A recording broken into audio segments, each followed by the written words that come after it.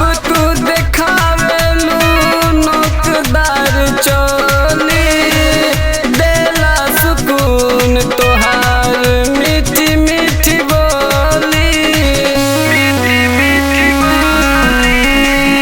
जब तू देखावेलू नोकदार चोली देला सुकून तोहार मीठी मीठी बोली।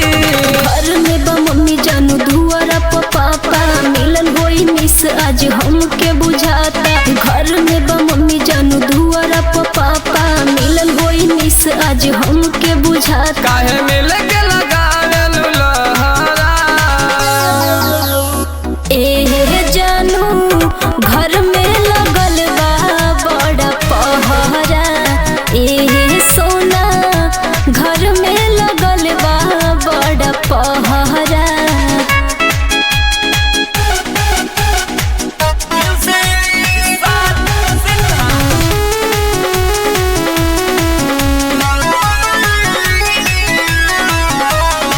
रातियों के नींदिया हराम कैलू रानी पूछबै सुरेश जी से अगली कहानी।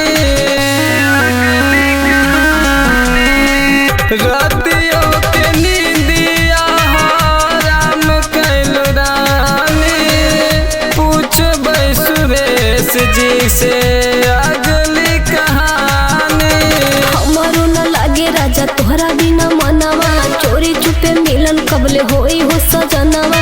हमारो न लागे राजा तोहरा बिना मनवा चोरी चुपे मिलन कबले होई हो सजनवा।